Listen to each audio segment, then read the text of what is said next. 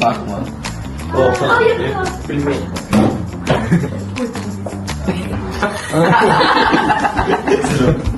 Durup. Turpu başından çıxarma. Öğlenden sonra başına otur.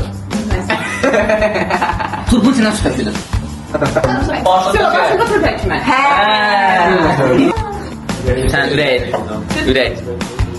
ürək. Saç.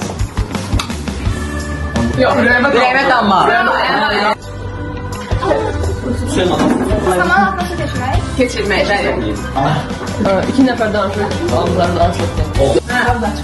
Ağzı açıq. Hər şey çox doğru. Yəni qızlar. İnsanlar durur.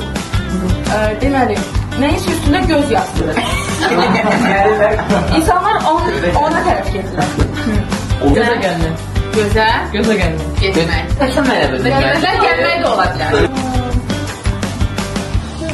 Gözü bağlıyorlar. Bir tane kız var, bir de göz var.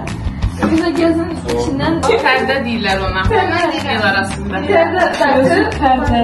Что часто говорят? Yaxınlaşdın. Сейчас что часто говорят? Göz perde. Eşitmişim. Gözü Gözdən pərdə asma. Biraz bağlısı gelir, gözler ekseliyor. Göz Ayakları var, yerleri var, ekseliyor.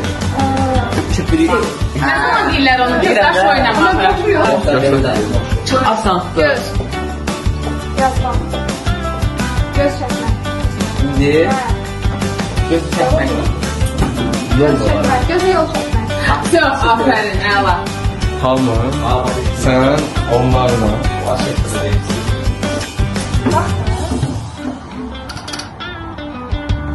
Kızlar.